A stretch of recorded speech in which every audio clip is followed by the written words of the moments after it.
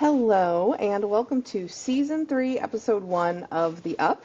My name is Kristin Louise, and it's such a blessing just to be here in my cozy sweater, getting ready to crack open a beverage of my choice and spend a half hour with you guys. This has been a passion project that has evolved, and we're doing a theme for Season 3. Season 3 is going to be approximately 12 episodes. We may add a few more in there, who knows. But it's a summertime project. And if you don't know me, this episode is going to kind of be a reintroduction and also set the scene for the summer. So if you're listening and you're not in your cozy clothes, maybe you're on your commute, I'm here. If you're not watching the video, I'm here in my comfiest, coziest sweater. I've got my blanket. I have my comfort beverage, which today, my beverage of choice, is Summit brand Pops Prebiotic Soda, Raspberry Rosé. So pretend like I'm cracking open a bottle of rosé and we're celebrating Season 3.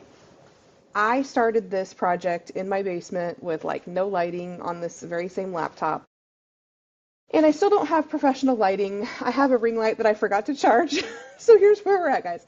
I have a ring light that I forgot to charge. So this is just the lighting in my house.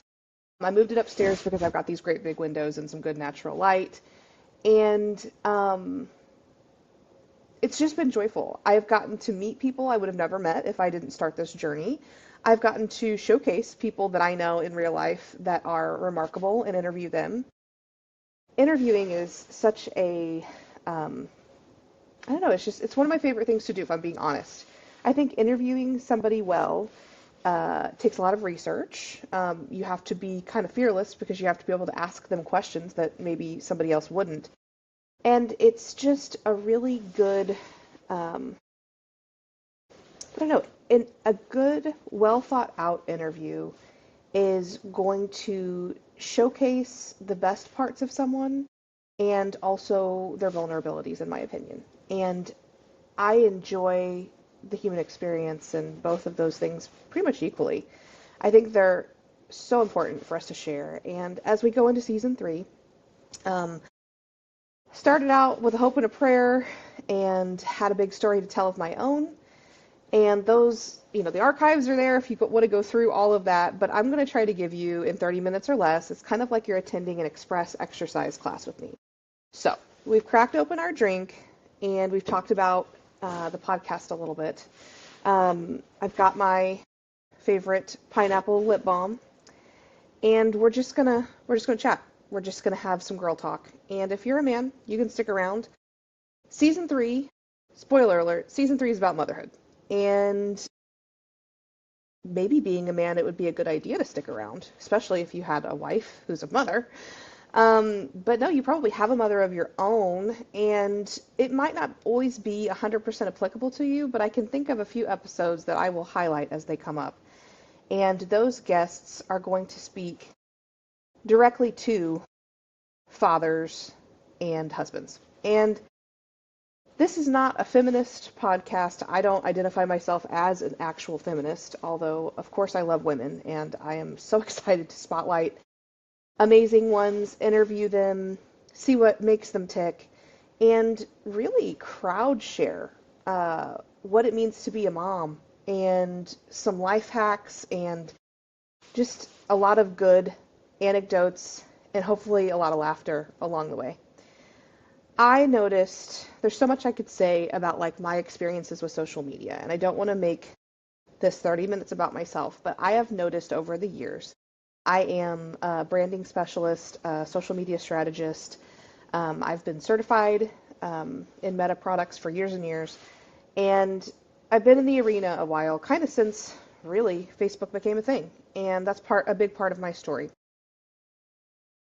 And when I think back to the day when I was on campus and Facebook becomes available, it was only for universities. This would have been 2005 timeframe. It was only for universities at that time. And I put Kristin back, gosh, that was a long time ago, 2005. It's now 2026, 21 years ago. And, it's hard to say that number out loud. But I put myself in those shoes, and if I would have known then what I know now, would I have done things differently? I'm not positive that that matters, but the wisdom that I have now, 21 years into being a user and a strategist of social media, I think a huge portion that we kind of get wrong as a society and could do better, maybe wrong is the wrong word, but we could do better. I think truly social media is, it should be sharing experiences and helpful information and wisdom. It can be funny things, but I see a lot of comparison, and especially in women and mothers. I see a lot of people hopping off of social media, myself included. I have taken breaks from social media very publicly, and because of that, I have a unique perspective on it for sure. It's a love-hate relationship, and it's also because it's part of my job. So those kinds of things lead to easy burnout. But where I'm going with this is what my hope is by putting out my voice into the world in the format of a podcast is truly to share. Let's save social media together. Social media has really, for me, the user experience basically since COVID has gone downhill. There's been a lot of elections here in America. I'm from the United States. There's been a lot of hatred, a lot of division in our country. And then, of course, you're seeing a lot of that in social media, and it's made it a very negative experience. I also personally saw a ton of that and felt a ton of that after the death of Charlie Kirk last year.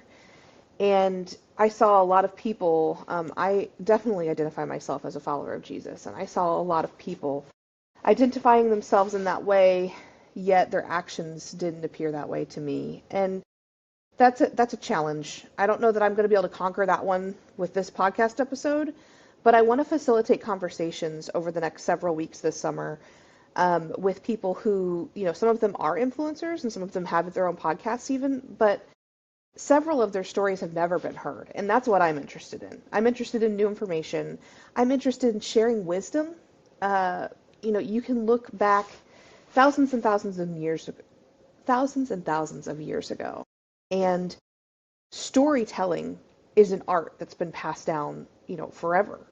And I feel like with social media and instant gratification and short clips and reels, we're losing long form content. We're losing the art of storytelling. We're gaining a punchline. We're gaining a joke. We're gaining memes. And I'm not negative toward any of that. But there is so much wisdom as I just think about the women and mothers that I know, since that's what this season is dedicated to. There is so much wisdom in the rooms I sit in personally. So I'm tapping into some of that. I'm also tapping into a lot of wisdom that I've seen online. And was vulnerable enough to just reach out and ask people, hey, would I be able to interview you? Here's the reason. Here's what I see in your content. Here's the discussion I would love to have. I notice as a mother and a user of social media, and feel free to disagree, social media to me is never meant to be static.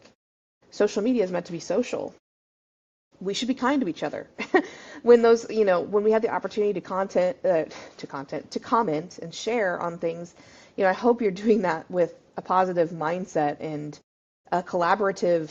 I know some people aren't always the most collaborative or kind. So I want to say that first off, but if I ever posted something or shared something and it was incorrect, or if there was somebody that had better information, knowledge that they had that they wanted, it would behoove us all for them to comment and share that, and for me to learn. And storytelling and interviewing and things like that happen to be right in my wheelhouse. So a podcast is for a former communications major and a yapper and somebody who has been paid to interview people and has had a career in social media and happens to be a woman and a mother. I just felt like there was a lot of cool things colliding, and I wanted to capitalize on that. So, cheers to season 3.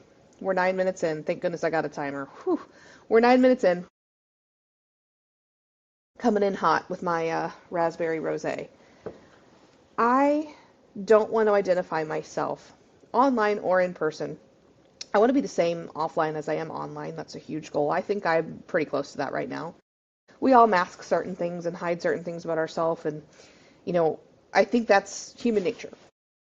I've been on a journey to being really real. It's been a wild couple of years, and I got a lot to say about that. But in the sense of today and getting to know me, my name is Kristin, and I am the stay-at-home marketer. I came up with that handle. I am a branding consultant and strategist, and I came up with that handle for myself because I didn't want to just use my name. I felt like, well, I'm not, a headliner. Like, my name's maybe not even good enough. Has anybody ever felt like that in your life where you're like, I am not that level? But also, I wanted to have a handle because I'm a clever gal. I'm a marketer. I wanted a cool name. And stay-at-home marketer encompasses me so well because even before COVID, I left my corporate job and started working from home. I've been through many eras of life, to take a note from Taylor there. I've been through many eras of my own life as a woman, and I have a lot to share. I have a lot of thoughts. But what's unique about me is I have stayed at home full time. I had a baby in a pandemic, number one. Stayed at home, survived that, check. Stayed at home full time for almost 2 years. Have gone back to work, but also only had part-time childcare. So I've been kind of what some people consider like a hybrid, stay-at-home mom. And I never planned to be for sure a mother or never planned to stay at home. Absolutely. We'll talk more in the next episode about how that came to be for me. And ironically, I also wrote a book about it. And I'm not going to shamelessly plug my book. Yes, I am. No, that will be released finally. It's been a labor of love and a little bit of waiting there. But I want to read just quickly here. Of course, my Instagram scrolled up. I want to read quickly an excerpt from my book. Last year, I had a whole plan and a small tour in place to launch said book and was working with a publisher and all these things. And this excerpt, I feel, will give you a sense of me as a mother. And that's, why I want to take a moment and read it.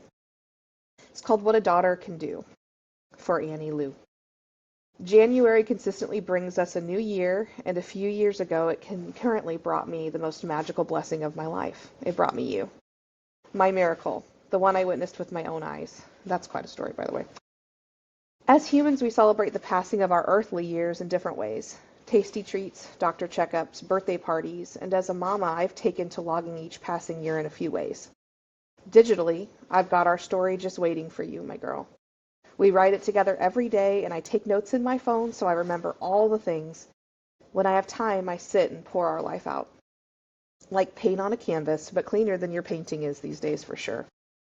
I grab tissues and the phone cord, because your mom is definitely a crier, and she does not trust the cloud. So yes, way back in 2025, we used an actual wire to connect and transfer data still. Archaic by now, I'm sure. Each year I feel some anxiety around your well-child visit. It can bring back emotions of a baby you and how small and fragile you seemed. Bringing you into the doctor every week at the beginning to weigh in has now been traded for just one visit each year. How can that be? I refuse to accept how old you are, but at the same time I love to embrace the amazing things you do every single day. You are simultaneously the thing that brings me the most joy and the biggest challenge I'll ever encounter.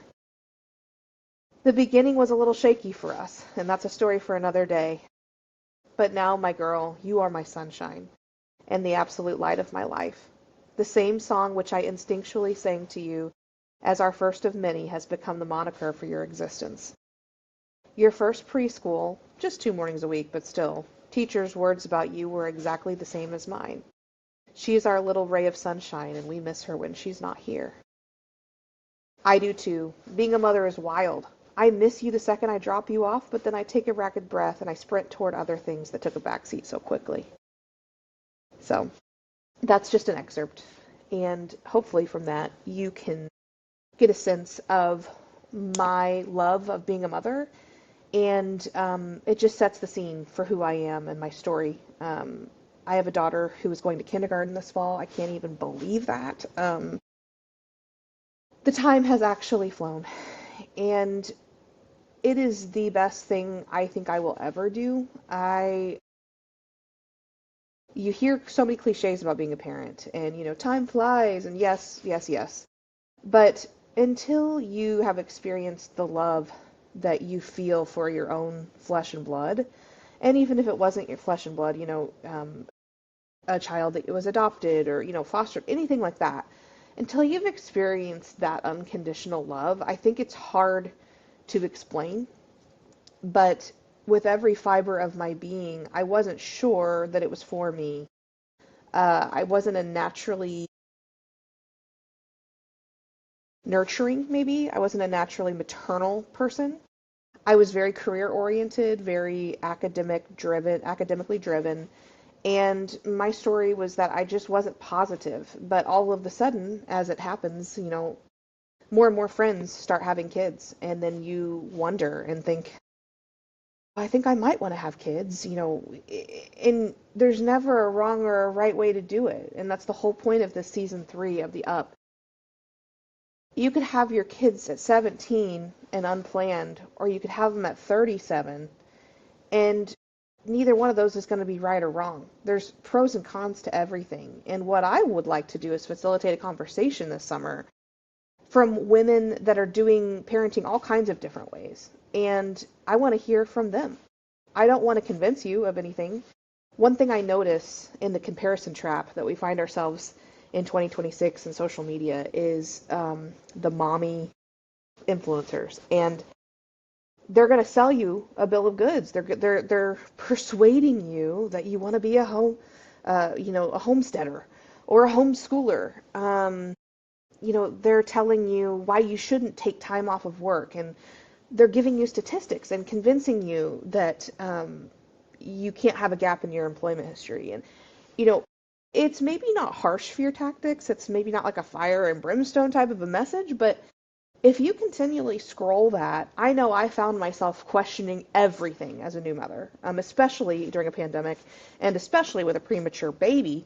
But I don't need to question my choice to be at home with my child and then get, the literal fear put into me. I don't need that. That's not what I need out of my social media experience. And I can't speak for anybody else, but I hope you'll drop in the comments some thoughts. Wherever you're watching this, there should be a commenting method. If not, I welcome you onto Facebook or Instagram. And I want to hear feedback. I want to hear if this is hitting the right audience and if it's meaningful. I want to provide information, like nonprofit information in every episode. I want to provide actionable things that you could take away.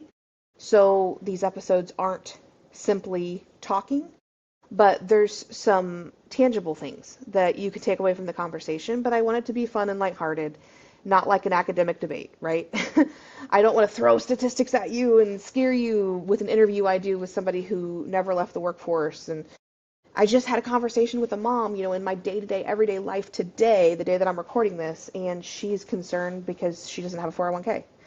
And there's easy ways to catch up on things like that. I'm not saying that that's fine that you don't have one, but what I'm saying is those are just numbers, and those aren't things to scare us into making decisions as women for childcare and for our career. We need to spend time. I know with me that starts, with prayer, but we need to spend time in our own hearts, because I don't believe every woman was meant to stay home, and I certainly don't believe every woman was meant to do the same thing as all other women.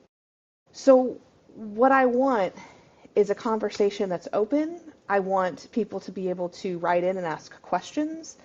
I want to hear if this is helpful to you episode by episode. So if you're following along, please be interactive.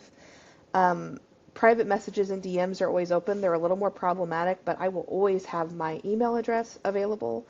I have things in place where it's easier to respond to something like an email. And I also just want you to be liking and sharing this. Social media is supposed to be social, and we're supposed to not just share funny things and silly things, but helpful things. The whole reason why influencing has become problematic to some is because perhaps the sharing became more money driven than anything else. I can see that. I can see a lot of that, especially in like, the female fitness and female parenting, and those are arenas that I'm certainly in. But again, I'm not trying to single-handedly change the scope of social media.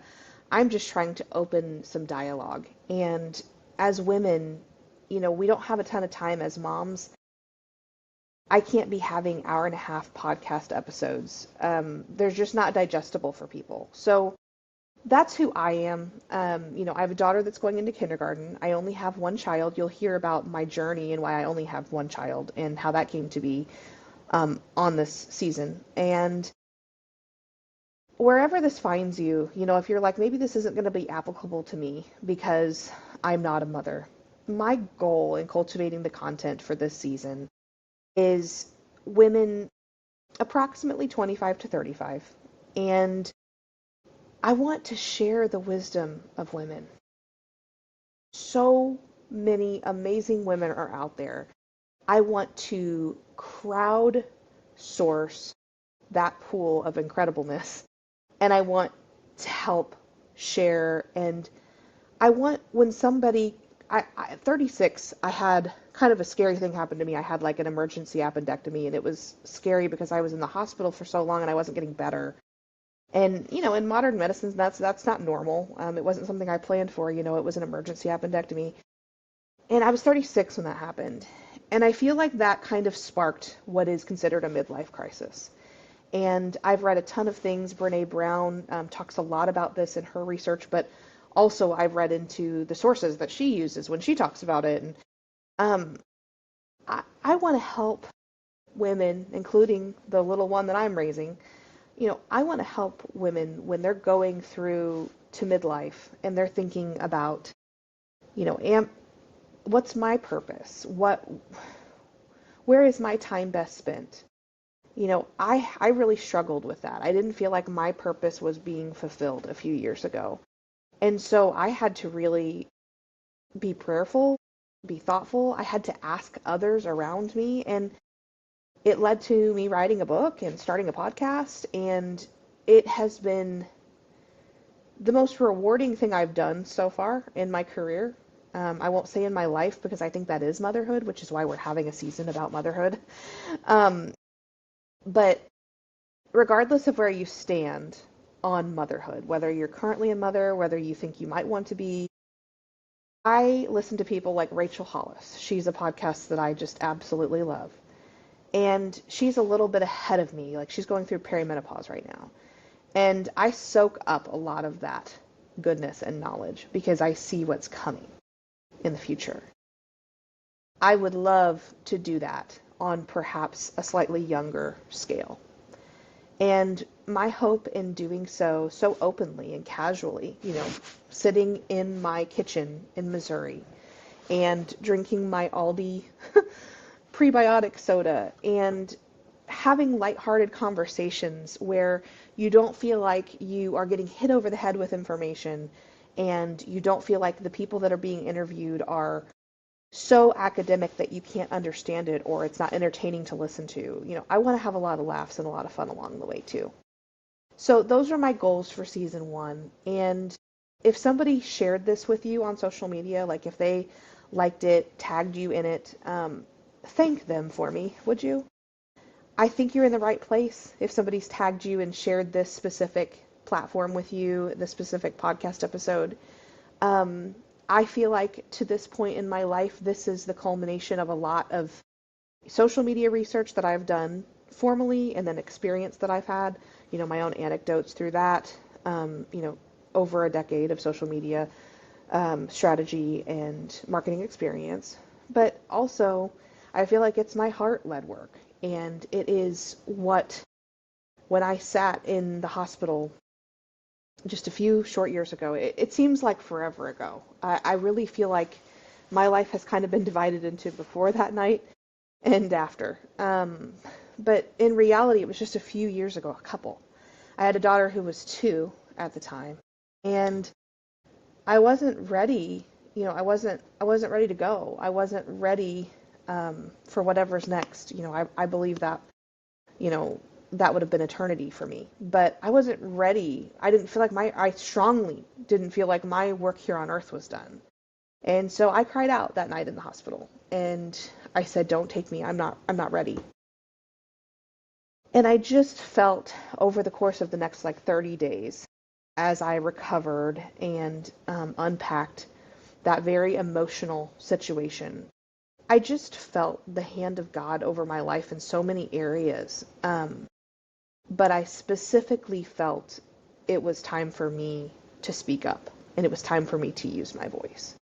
We're all given gifts in life, and certainly not everybody wants to be a podcast host or live their life online or cultivate a following of any type or anything like that, writing a book, whatever it is, that's not for everybody.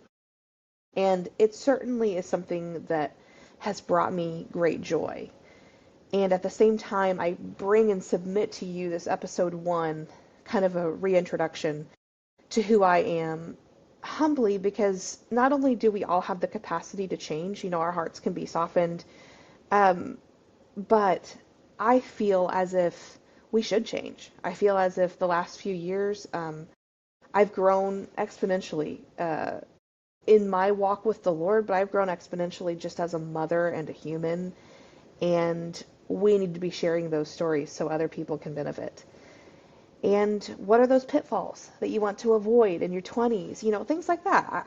I want to host those conversations and keep it fun and lighthearted. And you're like, well, good luck, lady. That's a big bill of goods that you're selling. I've never been so excited about a project as I am about this season that I'm stepping into and the guests that we have on the horizon. And the other thing I want to share is, hopefully you've gotten a sense for who I am. I'm obviously a Christian, a follower of Jesus. I think you've heard me mention that. I'm a mother, clearly a woman. I haven't dolled up for you today. I'm just sitting here as it's my stay-at-home, outfit. It's my stay-at-home uniform, as I say. My days are spent divvying out snacks in my Menards bag on the local playgrounds and coaching a dance team and loving the Lord and trying to be the best, friend and human and mother that I can. I don't think I knock that out of the park every single time, but I'm humble enough to give you some of the stories where I didn't and, let you laugh with me. And laughter is truly some of the best medicine.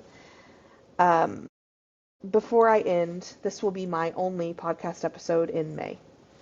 And if you were coming, I have a fitness background, by the way. I'm a dancer and have decades of dance experience, but also dance fitness. And if you were coming to an express class with me, like if you gave me one lunch hour and you were hoping to be, entertained, like nobody wants to think about their workout for all those 30 minutes. You would be trusting me to cultivate a playlist for that class. You would be trusting me for some fun choreography, probably some one-liners, a lot of yips. If you've ever attended any of my classes or danced with me in person, I am loud. I am hooting and hollering and having a good time. And, something happened to me 2 weekends ago. I was at a local gym taking a class, as I do many Saturdays. And a woman moved away from me. And I'm pretty sure she was new to the class because I had never seen her. And I'm pretty sure she moved away from me because I was yipping. I was being loud. And in life, we have two choices. We have the option to not let that bother us and to just let that be her story. And, for whatever reason, maybe she had a migraine. Maybe she just didn't want to hear me yip. I spent so many years breaking that down. What's wrong with her? Why am I offending her?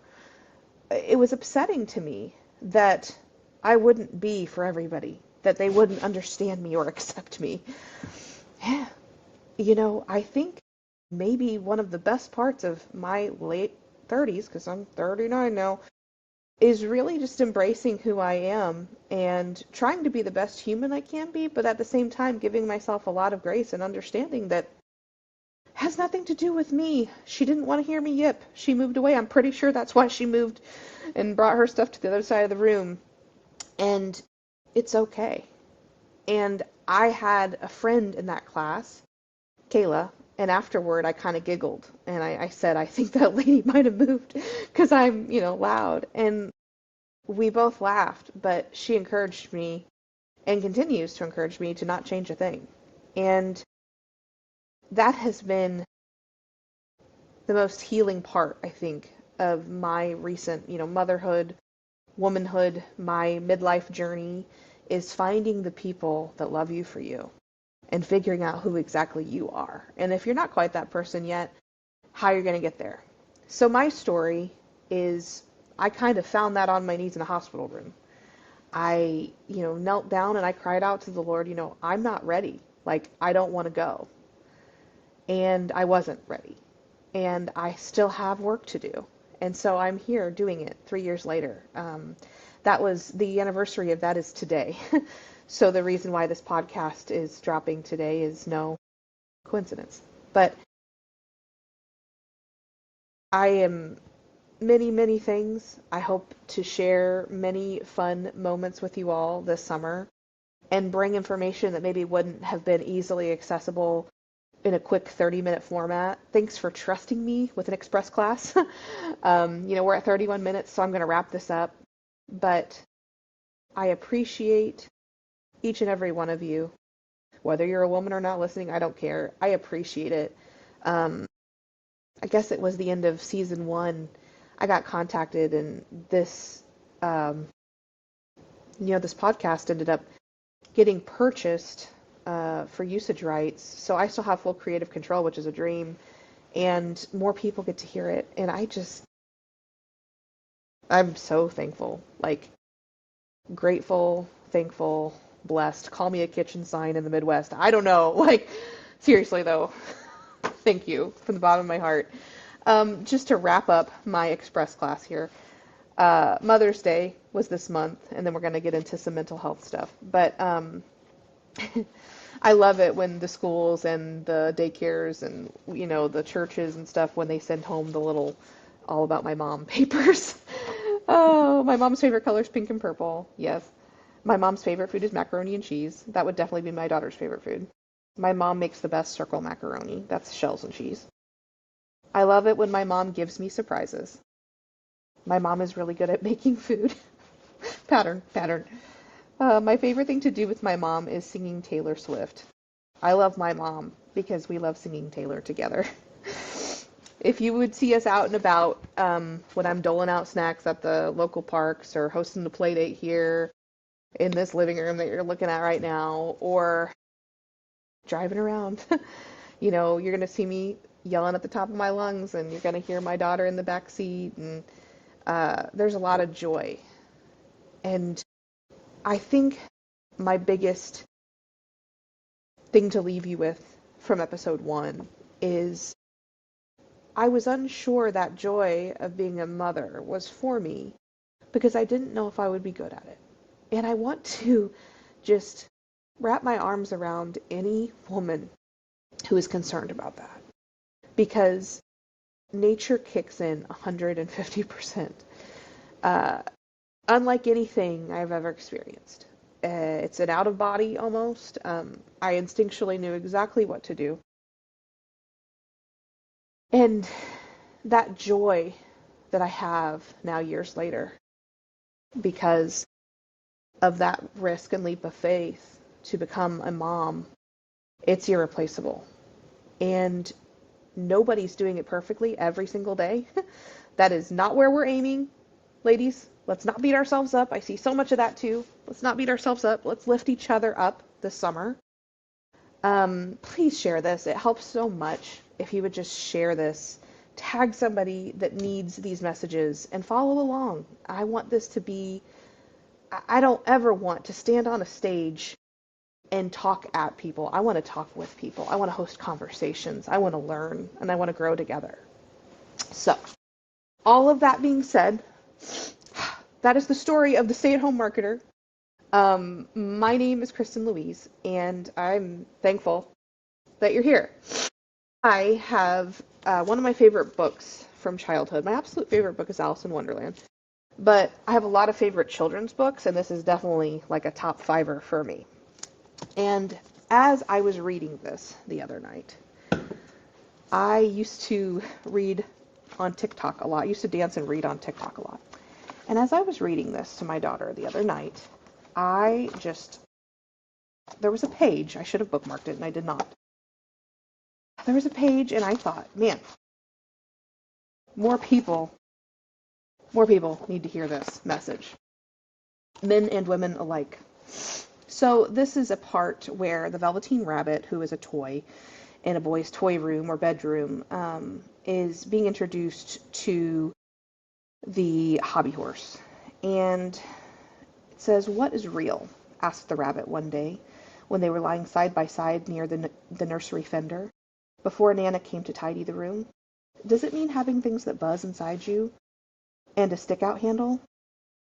"Real isn't how you were made," said the horse. "It's a thing that happens to you. When a child loves you for a long, long time, not just to play with, but really loves you, then you become real." "Does it hurt?" asked the rabbit. "Sometimes," said the horse. He was always truthful.